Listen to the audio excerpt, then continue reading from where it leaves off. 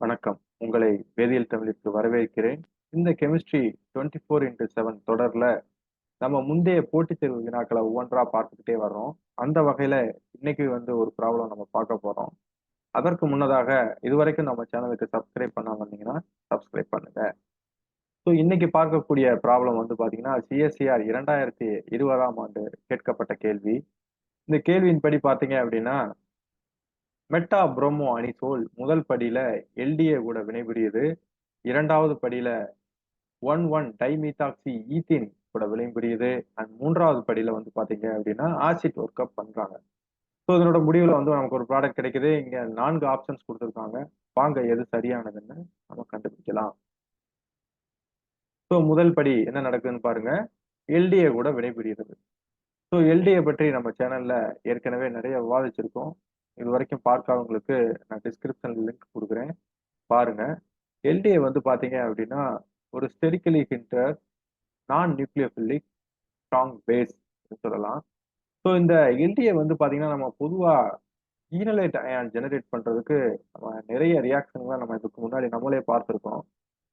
இது பாத்தீங்கன்னா இது ஒரு இம்பார்ட்டன்ட் அப்ளிகேஷன் எல்டிஏல. எல்டிஏ பயன்படுத்தி நம்ம அரோமேட்டிக்ல இருக்கக்கூடிய ஒரு புரோட்டான்களையும் நம்ம எடுக்கலாம். சரிங்களா? இப்ப இந்த கேஸ்ல பாத்தீங்க அப்படின்னா 2 புரோட்டான் இருக்கு. இங்க ஒரு புரோட்டான் இருக்கு, இங்க ஒரு புரோட்டான் இருக்கு. அப்ப நம்ம எல்டிஏ பயன்படுத்துறப்ப எந்த புரோட்டானை எடுக்கும் அப்படிங்கிற ஒரு கேள்வி வரலாம். அதாவது ரீஜியோ செலக்டிவிட்டியை பத்தி நமக்கு ஒரு கேள்வி வரலாம்.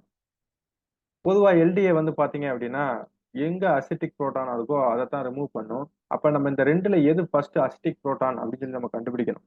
இப்ப இந்த புரோட்டான் பார்த்தீங்க அப்படின்னா ஒரு மீத்தாக்சி குழு இருக்கு, ஒரு புரோமின் ஆட்டம் இருக்கு. இந்த ரெண்டுக்கும் இடைப்பட்ட பகுதியில ஒரு புரோட்டான் இருக்கு. அதே வேளையில இது பாத்தீங்க அப்படின்னா இங்க கார்பன் இருக்கு. அதாவது கார்பன் பக்கத்துல ஹைட்ரஜன் அட்டாச் ஆயிருக்கு. இங்க பாத்தீங்கன்னா கார்பன் அண்ட் புரோமின் ஆட்டம் இருக்கு. இதற்கு இடையில இந்த ஹைட்ரஜன் ஆட்டம் இருக்கு. சரிங்களா? இப்ப பாக்குறப்ப இது மைனஸ் ஐ எஃபெக்ட் மூலமா எலக்ட்ரானை வித்ட்ரா பண்ணும். அதே மாதிரி புரோமின் ஆட்டமும் எலக்ட்ரானை வித்ட்ரா பண்ணும்.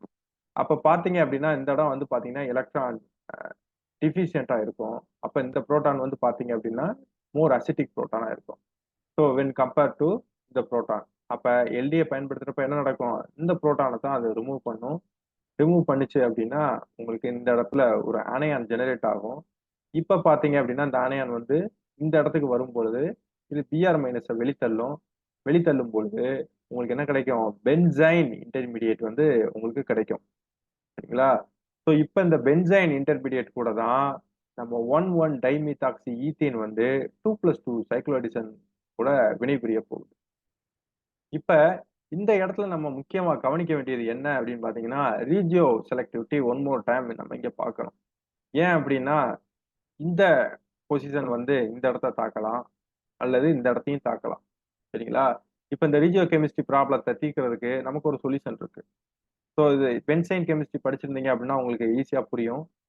இந்த இடத்துல என்ன குரூப், அதாவது எலக்ட்ரான் ரிலீசிங் குரூப் இருக்கா, எலக்ட்ரான் வித்ட்ராயிங் குரூப் இருக்கா, அதை பொறுத்து இதோட ரீஜியோ செலக்டிவிட்டி நமக்கு மாறும். இப்ப இந்த கேஸ்ல பாத்தீங்க அப்படின்னா என்ன இருக்குன்னு பாத்தீங்கன்னா இங்க ஒரு எலக்ட்ரான் வித்ட்ராயிங் குரூப் இருக்கு. உங்களுக்கு ஒரு கேள்வி வரலாம், மீத்தாக்சி நம்ம நிறைய இடங்கள்ல எலக்ட்ரான் ரிலீசிங் தானே படிச்சிருக்கோம், இங்க ஏன் எலக்ட்ரான் வித்ட்ராயிங் அப்படின்னு நம்ம சொல்றோம் அப்படின்னு சொல்லி ஒரு கேள்வி வரலாம். பொதுவா பென்சைன் கெமிஸ்ட்ரி வரும் பொழுது மீத்தாக்சி பாத்தீங்க அப்படின்னா இங்க எலக்ட்ரான் வித்ட்ராயிங் குரூப் தான் கன்சிடர் பண்ணணும். என்ன காரணம் அப்படின்னா இப்ப இந்த இடத்த பாருங்க. இந்த இடத்துல எத்தனை இருக்கு? 3 பாண்ட் இருக்கு. அதாவது ட்ரிபிள் பாண்ட் இங்க இருக்கு.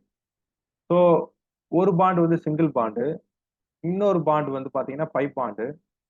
இந்த பை பாண்ட் எதற்கிடையில இருக்கு அப்படின்னு பாத்தீங்கன்னா இங்க இருக்கக்கூடிய கார்பன்ல இருக்கக்கூடிய பி ஆர்பிட்டாலுக்கும் இங்க இருக்கக்கூடிய கார்பன்ல இருக்கக்கூடிய பி ஆர்பிட்டாலுக்கும் ஜாயின் ஆகி உங்களுக்கு ஒரு பை பாண்ட் உருவாயிருக்கு. சரிங்களா? இந்த இது பாத்தீங்கன்னா ஒரு கான்ஜுகேஷன்ல இந்த பை பாண்ட் இருக்கு. சரிங்களா? அதே வேளையில இந்த பை பாண்ட் எப்படி உருவாயிருக்கு அப்படின்னு பாத்தீங்கன்னா இந்த கார்பன்ல இருக்கக்கூடிய sp2 ஹைபிரிட் ஆர்பிட்டாலும் இந்த கார்பன்ல இருக்கக்கூடிய sp2 ஹைபிரிட் ஆர்பிட்டால் கூடயும் இணைஞ்சு உங்களுக்கு இன்னொரு பை பாண்ட் உருவாயிருக்கு. சரிங்களா? அப்படிங்கிறப்ப இந்த பை பாண்ட், அதாவது வெளியில இருக்கக்கூடிய பை பாண்ட் கான்ஜுகேஷன்லயே இன்வால்வ் ஆகல, அது தனியா இருக்கு. சரிங்களா? அது காஞ்சிகேஷன்ல இருந்தா தான் உங்களுக்கு மீத்தாக்சி வந்து மீசோமெரிக் எஃபெக்ட் மூலமா எலக்ட்ரானை ரிலீஸ் பண்ணும் பொழுது இந்த இடத்துலயும் எலக்ட்ரான் வந்து கொஞ்சம் ரிச்சா இருக்கிற மாதிரி இருக்கும். அதாவது காஞ்சிகேஷன்ல இருக்கும். பட் ஆனா அது காஞ்சிகேஷன்லயே இன்வால்வ் ஆகல அப்படிங்கிறப்ப இங்க நம்ம மீசோமெரிக் எஃபெக்டை வந்து நம்ம பயன்படுத்த முடியாது. இப்போ பென்சைன் பொறுத்து வரக்கூடிய வினைகள்ல நம்ம என்ன பார்க்கணும் அப்படின்னா இண்டக்டிவ் எஃபெக்டை மட்டும்தான் பார்க்கணும்.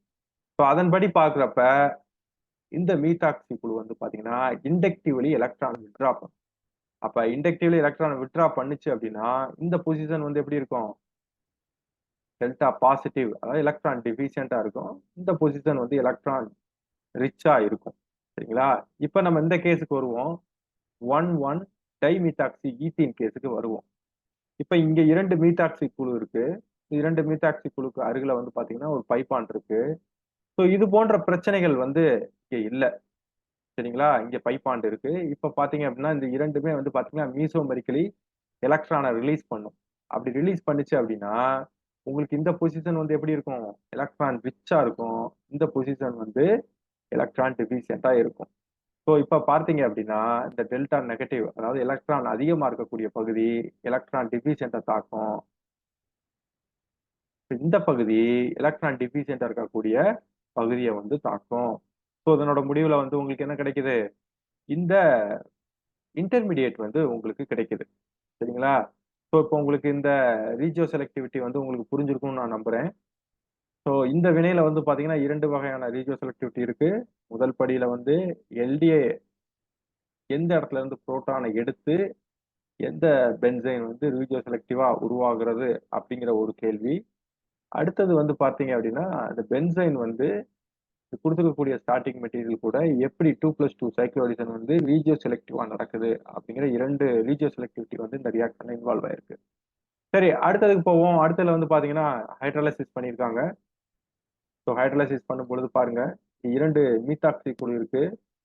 இந்த ஆக்சிஜன்ல 2 லோன் பேர் ஆஃப் எலக்ட்ரான் இருக்கும். அதே போலவே இந்த ஆக்சிஜன்ல 2 லோன் பேர் ஆஃப் எலக்ட்ரான் இருக்கும்.